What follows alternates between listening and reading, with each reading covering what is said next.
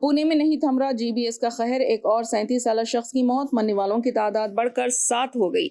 आसाबी RJ से मुतालिक GBS में मुब्तला पुणे के एक 37 साल ड्राइवर की शहर के एक हॉस्पिटल में इलाज के दौरान मौत वाक़ई हो गई। सेहत के हुकाम ने पीर को ये इत्तला दी। उसके साथ पुणे में जीबीएस से मुतालिक अमवात की तादाद 7 हो गई, जिसमें मुश्तबा तस्दीक शुदा दोनों केसेस शामिल हैं। दरियासना इन्फेक्शन के मजीद 8 केसेस सामने आने के बाद मुश्तबा जीबीएस केसेस की तादाद 192 हो गई। तस्दीक शुदा केसेस की तादाद 167 है, जबकि 21 मरीज वेंटिलेटर्स पर है। पुणे के सेहत के अहदेदारों ने बताया कि मुतवफ़ी पुणे में ड्राइवर के तौर पर काम करता था। इब्तदाई तौर पर इसे शहर के एक हॉस्पिटल में लाया गया जब इसने अपनी टांगों में कमजोरी की शिकायत की। इसके रिश्तेदारों ने इसे पुणे के हॉस्पिटल में दाखिल नहीं किया और इसे 1 फरवरी को कर्नाटक नेपानी ले गए। इन्होंने बताया कि इसके बाद इनके रिश्तेदारों ने उन्हें सांगली के एक हॉस्पिटल में दाखिल कराया, जहां उन्हें जीबीएस के इलाज के लिए IVIG इंजेक्शन लगाए गए। हुकाम के मुताबिक 5 फरवरी को मरीज के लवाहिकीन इसे सांगली हॉस्पिटल से ले गए और इसे दिन पुणे म्यूनिसिपल कॉरपोरेशन के ज़ेरे इंतज़ाम कमला नेहरू हॉस्पिटल